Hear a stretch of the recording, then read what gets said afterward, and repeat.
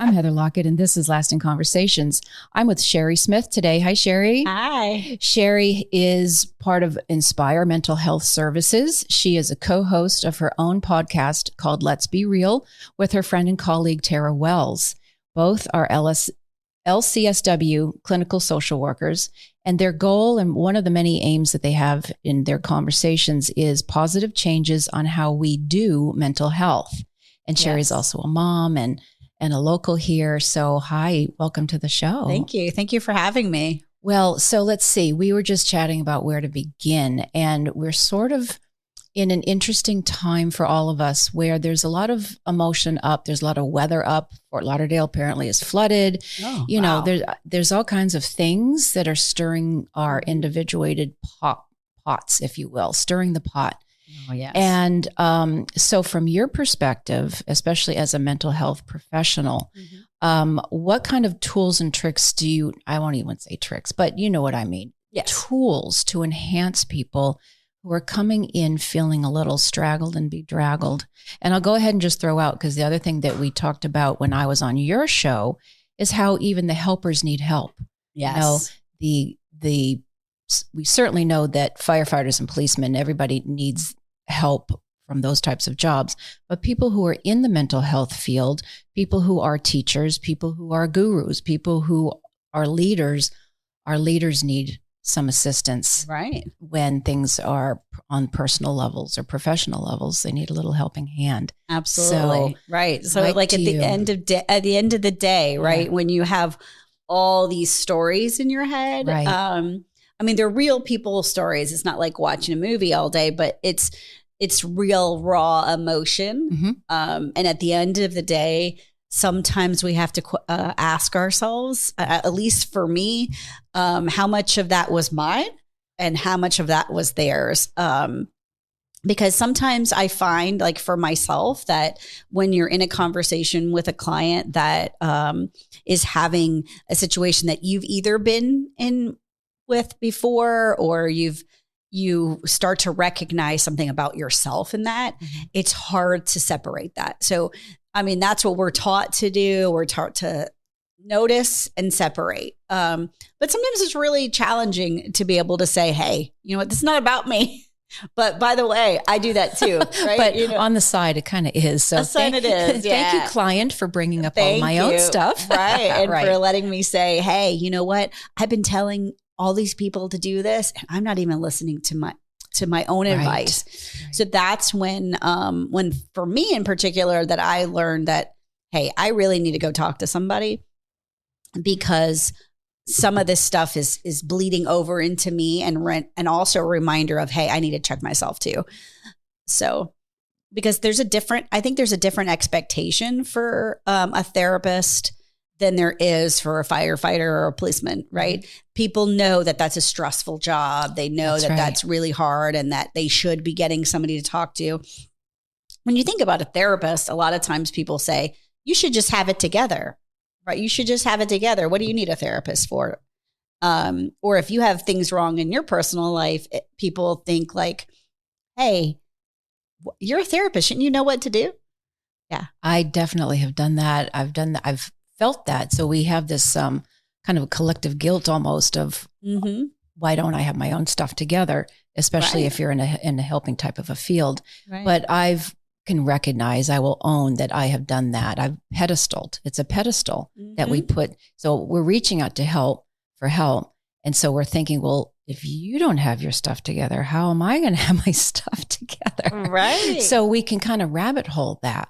Yeah. And one of the things that I'm learning and some really wonderful mentors who, yes, I pedestaled. And sometimes these mentors, they put themselves on a pedestal because do it my way or the highway.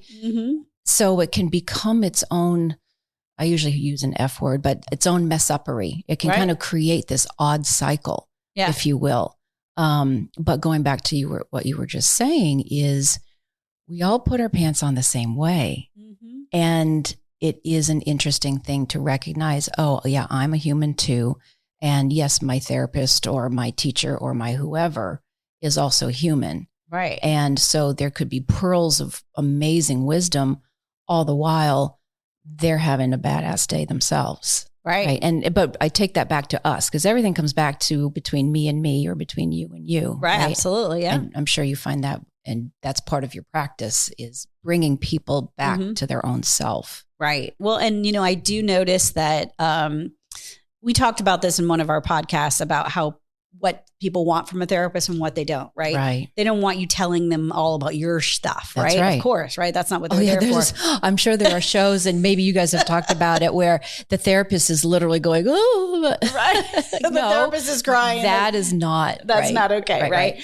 But the idea is that when I give somebody a lesson or of something that we're working on, I always will say, "I understand that's really hard," right? Like, most of the times I can, well, not most, a good portion of the time I can say, you know what, I've been there. I get it. I know this is hard. I'm not going to tell them all the reasons why that is for me, but I want to be relatable in the sense of, you know what, I'm asking you to do something that for everybody is hard. Right. I'm not asking you to do something that I'm going to flippantly tell you, hey, you know what? You just got to do this or you're not going to make any change. Or I learned it in a book somewhere, and therefore now I'm going to tell you because that's what I got an A on in school. Exactly. Right? Because to have our own wisdom and to have our lives that have gone the ups and downs and whatever, that's what's given us our bank of wisdom and empathy and compassion to say, yeah, I've been around these blocks, so I get why it's hard. But this is how there is light at the end of this tunnel, or there's light actually in the tunnel. Just look over here. There's light right here. Yeah, you're okay. Right. Or if you adjust if you stay in the dark long enough, your eyes start to adjust.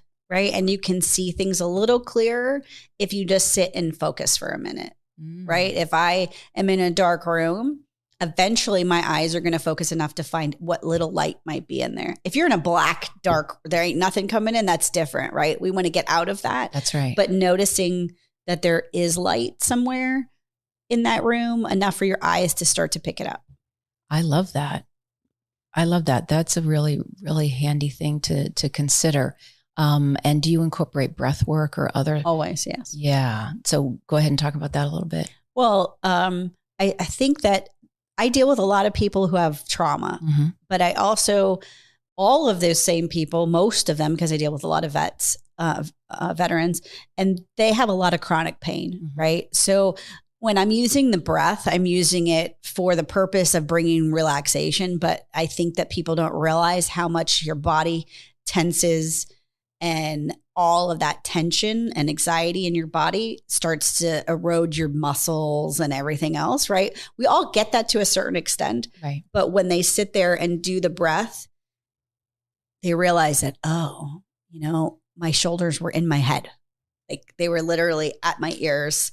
And when I brought them down, I realized, wow, I felt some relief. It wasn't just that I was calm. It was that my whole body was calm. The whole body has to disengage to then re-engage in a different way. Yeah. Yeah.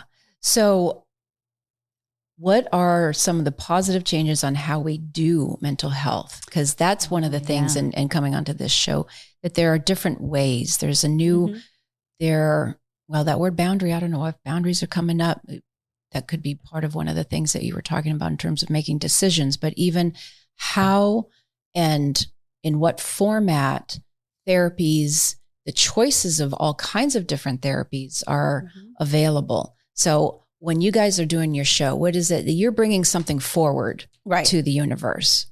Yeah. And because I wrote that line about doing mental health, right? Because the way we do mental health, when I'm talking about that, I'm talking more about the idea of how the system as a whole is, because, and again, we get into a lot of relational type of talk on our show because everything comes down to that, whether it's a intimate personal relationship or your business relationship with a provider, any of that, right?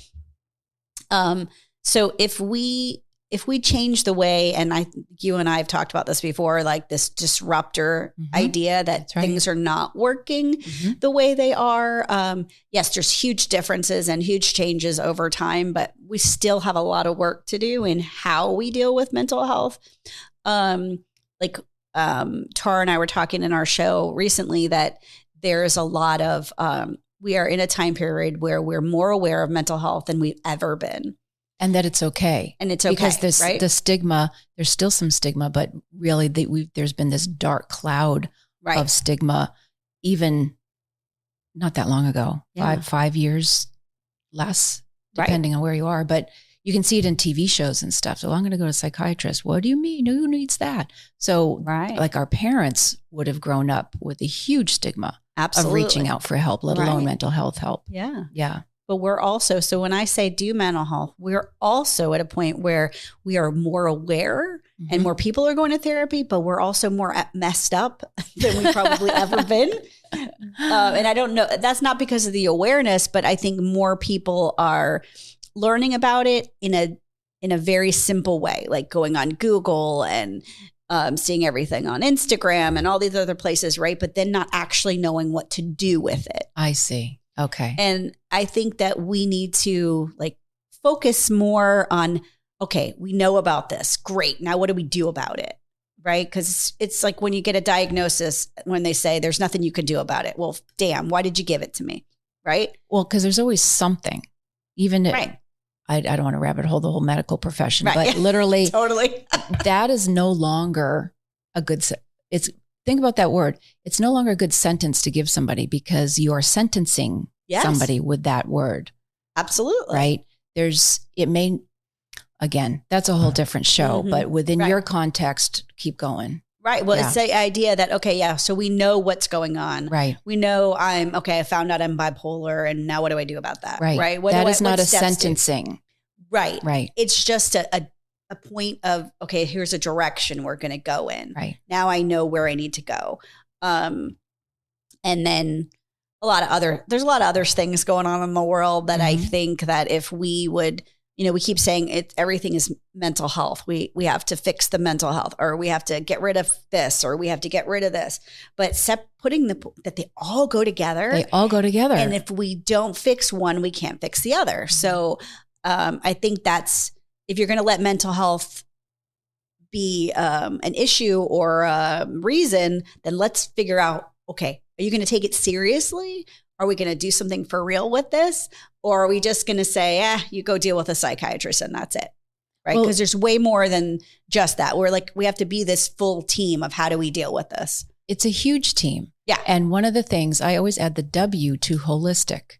Right? You can even have holistic practitioners, and many of them don't like the quote Western practitioners. And so you have now a change of disparate values versus how about the W? There's the whole, and we Why can can't work they together. Work together? That's right, synergistically. And of course, as we know, a lot of mental health can actually start from something physical. There could be some sort of other trauma, but it could be, yes, the pills they're taking, or a lack of vitamin D, as we've been having the weather, and I'm popping vitamin D because that can change our physicality, but that changes our mental construct. Absolutely. And so I understand what you're saying of having, if it's, you go, and how many parents say, you go fix my kid, right? Oh gosh. You go fix my kid, but they're not holistically looking at the entire family or your own stuff.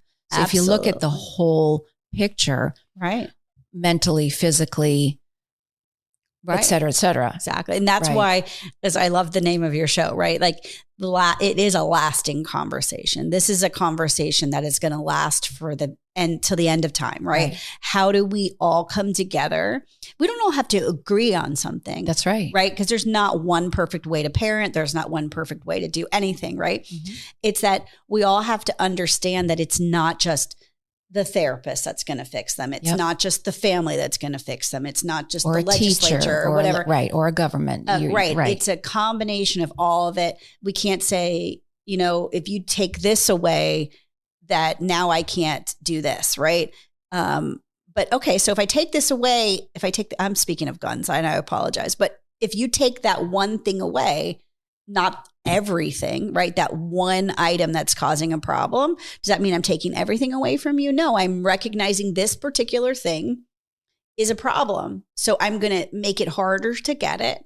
And I'm going to increase the other, which is the mental health side, the understanding of caring about people, of why is this the reason we keep running to this answer of violence. Mm-hmm. Why is that the only way? Why do we only know that? If we understand how important it is to not bully, but then they find another way to get their point across. I could keep going all day, so I apologize. No, don't apologize, because that's just it. Is those are all the conversations that could keep going, right? Is what begets the next times generations times infinity. I mean, I don't want to get into past lives and stuff, but that whole thing absolutely of where does the notion of safe, unsafe, bullying, power structures versus we can really, really go there. Right. Because it all goes together. It all goes together. It all goes together. Of course, this we can add. So mental health, a little energy work, we can just all put it together. Absolutely. Diet and exercise and everything else. So when you're saying to how we do mental health, it's a perception, how we can reincorporate so many modalities in so many ways. Right. Yeah. Well, and I work in one of my offices is with also in a psychiatric office, right? I'm not a part of the office, but I have an office in there, right? But they do a lot of other things, right? So they have IVs in there, like vitamin IVs. They do different forms of treatment other than just medication, right? So they have other things. But then the idea of, we've discussed at times about the idea of bringing acupuncture in there, bringing other body work in there. Mm-hmm. And there's so many things. I'm constantly talking to my clients about maybe you're, like you said, maybe you're deficient in something. You need to go talk to a nutritionist, or you need to go do this, right? So it's not just about, hey, you know what, you're thinking wrong, let's change it. Exactly. Right. And maybe you are. That's part of it. And that's part of it. Yeah. And then you have tools for people to, the phrase is stinking thinking. So we can reformulate and not have to go down these dark, when you're saying if someone is in the deep dark, right, there are ways and tools and abilities to just go, we can redirect, right.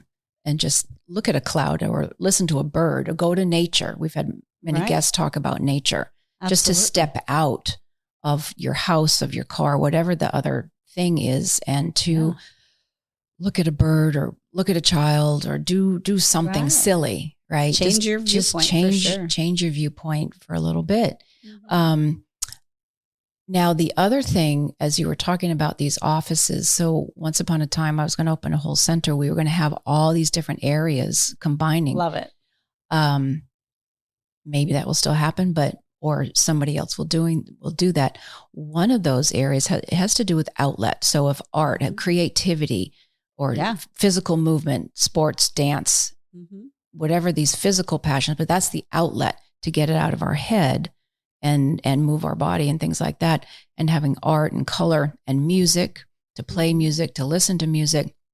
And then there was a thing that I had all ready to go thinking called the release room, because sometimes, and I went to a grief workshop when I was there was a wit's end, and I knew either I'm going to have a heart attack or I'm going to go do this. And these beautiful people out in Arizona did trauma and grief counseling, but to the nth degree. Right. And so part of that had, besides being in circle and having the mental and support there was a physical, tangible thing where, you're going to hit something and you're going to yell and you're going to say some things, or you're going to rip paper. You just have to get it out of you. Right. You have to get it out of you. So one of the other things, and they have popped up, they do call them rage rooms, but I was calling it a release room. So if you need to break something or you need to hit something, but the notion of if you're going to break it and let it just smash and just get it out of you. And then somebody could take the pieces, if it's some pottery or china or something, and take it to the next room where it's then recreated into like a mosaic, right? And then moved on. So these are some of the different things. But I know locally there was a place locally, and he it's called it's one of these rage rooms, but really his style is he also bears witness that there's a lot of therapy. Actually, trauma specialists go in with some of their clients, as a matter of fact, to just let it fly in whatever way. And then there's the fun part too. There's paint splatter. So all of these outlets Yeah. So that's fantastic if now some of the psychiatry offices are also looking at whether it's body work or let's all work together and reference each other. Right. You know, this is my practice, but then why don't you see this person and then get back to me on that? Yeah, right? Exactly. And I think that because we've talked about with one of the guests I had on Let's Be Real, where bringing a holistic center like that for people who have major mental illness. Right. But that would also allow or the mom next door. Right. I mean, that would seriously, allow for that too. Right? Before the mental break, you just help the mom next door. Absolutely. Right. And that's, I think the fact that we're afraid of what that major mental illness is and that idea that, oh, you know what? I can't go there because that's for crazy people. Right. But letting it all be a piece together, because people who have major mental illness, they have something to offer too. That's right. They, and it doesn't mean that they're crazy and should be shut away from the world. It just means that they just need somebody to help them get back on track. Right. And so I love the idea of incorporating all of that together, where the everyday mom that's having a rough time, because, you know, my kids are, less than 18 months apart. And let me tell you, that was rough in the beginning. They're both ADHD. So, wow, I thought for sure I was going to lose my mind. Now they're older teenagers. Thank God they're close, you know, in age. And they're great, wonderful human beings. But I didn't think that I was going to get past that point. Right. So I would have loved to have I did have a mom's group that helped me survive. Thank goodness for the moms group. Finish your thought and then I'm going to tap into that. Go ahead. No, go ahead. Yeah. I don't know if they're still here, but Mother's Connection. There was a group when I landed here in Florida, pregnant with my second child, and didn't know anybody. But I went to the pediatrician's office and there was this cute little brochure and newsletter of a group called the Mother's Connection. And they had actually started maybe 10 years prior to that. Well, making a very long story short, talk about lifesaver, and even professionally, because I had stopped working, but my best and favorite job was raising my kids. That's really been my most favorite career so far, but now I'm podcasting. But within that, we came together and we had a new moms groups or women to women groups where we could talk about these things and have our kids socialize and have professionals, the pediatricians could come and talk about breastfeeding or sibling rivalry, or if you're new in town, these are some of the things, because so many people come new into town. So Mother's Connection, that was our set of circles, the circles of friends. And I'm still good friends with, I can get a little verklempt here, I'm still good friends with the women from that time. Right. And now our babies are having babies. Yeah. Right. Not mine yet, but one of our moms where we met literally 27 years ago, and now the baby that a couple years, anyway, these are the circles. Those are the conversations. Right. So these moms groups really are a lifesaver. Absolutely. Well, they literally can be a lifesaver. Right. They definitely were for me. And I still, like, mine are 17 and 18.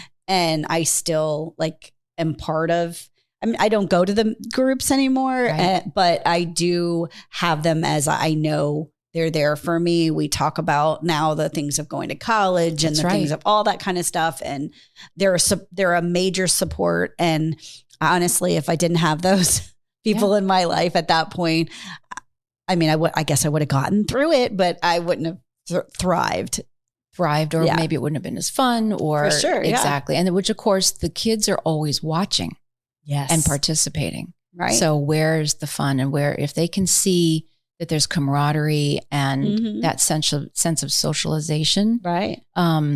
That's, we're just when they say it takes a village, it literally, you create your village, and then the kids understand, okay, this is how we can do this. Right. Absolutely. We're not all isolated. And that's the thing, when people come to Florida, right? I'm born and raised here, but people come here from all over the place. They're here for a little while, they leave, or they come and stay forever. But a lot of people are new here. They don't know anybody. They don't have any family with them.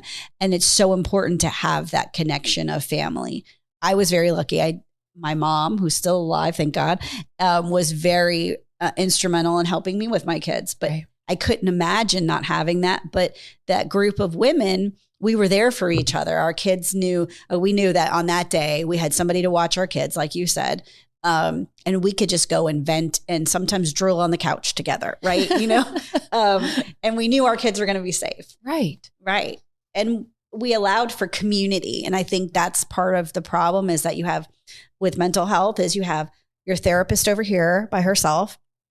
Or him, sorry. And then you have your psychiatrist in another office, and you have acupuncture over here, and you have like everything is so separated, and we just have to keep saying, "Oh, why don't you go over and see that person?"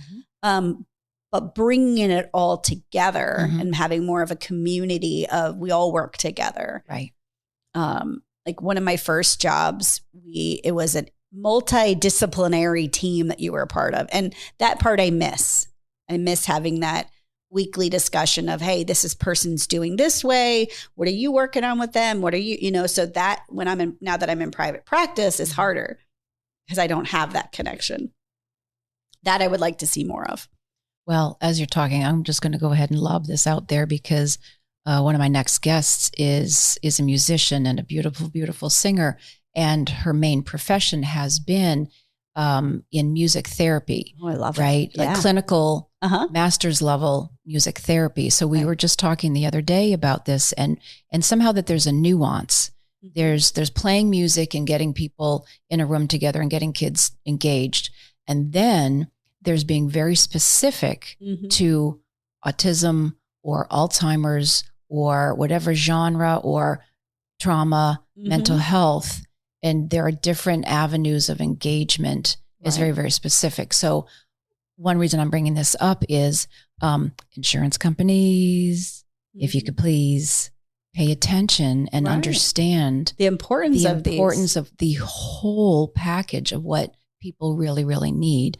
Exactly. And then they will stop going to the hospital or killing people or whatever, right? If we can really just get back to it's right. If my clients have chronic pain, if I could get them into the acupuncturist, like I'm lucky because, my clients are lucky in a certain sense because they have the VA that will, and now there's community care, which will allow for them to go outside and get those services, but they're not always provided in the area they live in, or the person doesn't know that like that practitioner doesn't know that is a payer for them. That's right. And there's so much like, there's stigma of taking insurance too, because you feel like, oh, they're going to screw me over with how much they're going to pay and I'm not going to get paid or whatever. What if my company finds out?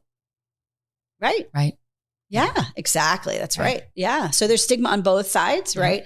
There's a lot of providers that don't take insurance for that reason. They're not, but I've learned that is something that's gotten so much better. Good. So much better. So there are more and more insurance companies that are doing better. Even the ones that we've said over time that are terrible have stepped up and said, all right, our providers are leaving and we need to get back on board. And people want to use their insurance, That's right. So, yeah. I think that's helpful all around. So what would be, maybe we'll sort of shift gears a little bit. So tell me about your show. And is that one of the most cool and favorite part? This is my favorite part of the week when I get to do these interviews. So how has it been going for you and Tara and doing your show? And is that something that just jazzes you and it's a fun spot? It does. And I feel like it's almost my therapy as well. Because she teaches me things and I teach her things, or we both just bring out things in our conversation that the other person hasn't thought of. And we check ourselves, we check each other. Right. So I do love it. I feel like, we always end up talking about something that I really needed. It really is something I look forward to. Like I was out last week sick and I was like, oh my God, I needed that. I realized how much I really enjoy that in the week. So. Well, that gets right back into, it's great to have conversations within ourselves, right? Those quiet moments, but then to dialogue and to be with another person, right? And then a third and a fourth. But truly, if you have those moments of checking in Yeah. And having different perspectives. And I hadn't thought of that. And thank you. Right. And thank you. Yeah. It's for me, it's really nice to be able to have another person that's a colleague, but we not having to work with the same people. Right. We're not like, it's not like I'm going to her because I'm required or she's required to come to me. It's just a nice conversation. And we're hoping that other people will enjoy our conversation. Right. So, and that's exciting when I see that people are listening to it and that they're interested in hearing our banter, you know? Yeah. So that's what I like. Yeah. That's always fun. Yeah. That's a lot of fun. Yeah. And so do you have any, I don't know, summer plans, things? We were talking about transition. Are we moving? What's going on? A little bit of, I think my word would be toggle space. You had said limbo. I think there's a lot. Oh, I will also add the redirect. Yes. So when I thought, okay, here's the big plan. And then the universe kind of goes, how about this way? Something different. So there's this kind of limbo aspect where that can open us into something completely different. Yeah. And I think that happens when we're so very stuck on that direction we're going to go in, right? When I think absolutely nothing's going to change my mind. And then later on, the wall comes up and I can't go in that direction, right? Are you sure you're not going to change your mind? Yeah, I'm hearing myself. Yeah. Right. And then that's when I say the inner brat in me comes out. And then I have to sing that song. You can't go over it. You got to go under it or whatever, right? And so like trying to find those, okay, this doesn't work. So I'm going to, with the Friends analogy of pivot, I'm going to keep having to turn till I make it fit. Or I'm just going to let it happen. Right. There's sometimes you just can't fit something in and you just can't make it work and you got to just let it go. Right. So that's hard. That's when I say, okay, just breathe, Sheri. So. Right. So where are we trying to force things? Right. Yeah. Versus, hands off the steering wheel. Let's flow. Right. Well, and I find myself that I want others to go along the ride with me. Oh, well, right. And that's where my bratness is. Come on, this is how we're going to do this and you better like it. And that's hard. So sometimes I just feel like, you know what, I'm just going to go on the road myself. And if you want to join, that's fine. And then there's times where I have to realize, wait a minute, we can find a road we want to go down together. But yeah, it's hard to find that safe road, I guess, that everybody wants to be on together. Well, but I like that because that's just it. And I'm looking at almost like tree trunks or tributaries. People have their own journeys, and that's just it. Where to then realize, oh yeah, this is where I'm headed, and it's going to have to be okay that you're not. And while you're actually raising kids, I get that that's really hard because for sure, we always try to guide and support. And where do we loosen the reins? And where do we need to yank them to say, this way? Right. Yeah. Like, I know you really want to go down this path, but it's dangerous. Or I recognize danger that you can't see when it comes to that. But at some point, we got to allow for danger. We have to allow for failure. We have to allow for those kind of things. And I think we've kind of gotten in a point where we don't want to say the wrong thing. We don't want to tell anybody that they're doing anything wrong. We don't want to look for danger for people. We just say, anything's free for all, find your lane. It's your lane. You like it. Just go down it. But sometimes as a parent, that's really hard. It's really hard to say you find your own lane. And then when they're adults, they can talk to their therapist about they let them go down the wrong lane. So they weren't there for me. So finding that balance, and I think it is a balance. That's just it. We can't, and we can try to be perfect parents, and we're just not. Exactly. We're doing the best we can, and they're going to talk to their therapist about us no matter what. How great they will, and they will. And sometimes they have to hate us for a little while. Right, that's okay. And that's probably a good thing because that means that they're growing their own wings. Now, interestingly, my brain just fritzed out on where I was thinking about that.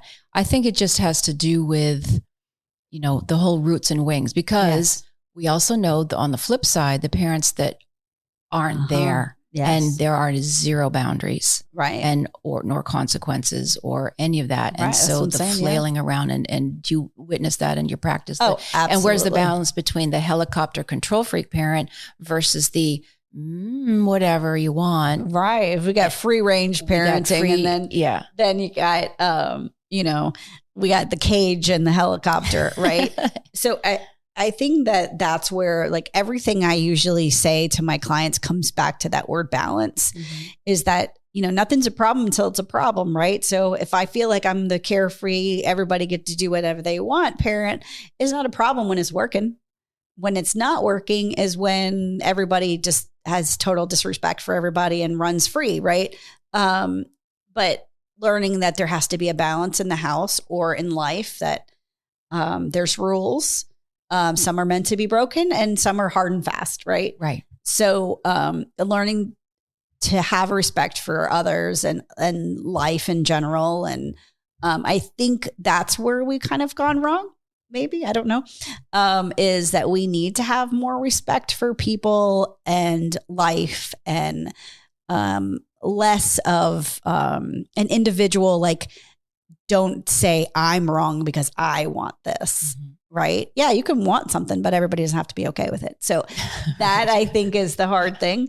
So that's not being, I'm not being judgmental. I'm just saying, like, we can't always, not everything can we always be okay with. And I think that's, as a parent, for sure, we have to say that there are some boundary lines. There are some things that we just aren't going to cross in this house, and right. That's okay. Well, and that's exactly true. And when you had mentioned about a respect, or it's a mutual respect. And so that's an ongoing everyday thing. Right. And again, about communication. So having a conversation, and many people do sit at a dinner table, and sometimes they don't, or in their car, but you can always just say, hey, how was your day? Or what was the best part of your day? Or what was the worst part of your day? And just engage with each other, and have the siblings, if you have more than one kid, but do the cross engaging as much as possible, so that everyone can be seen and heard and witnessed and sharing. And that's the thing. That can be kind of baseline. Hopefully that can be baseline. Doesn't have to be perfect every day, but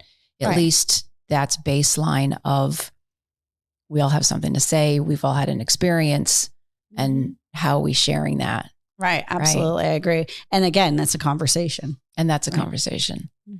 Maybe, I know we could keep going, but maybe we could just leave it.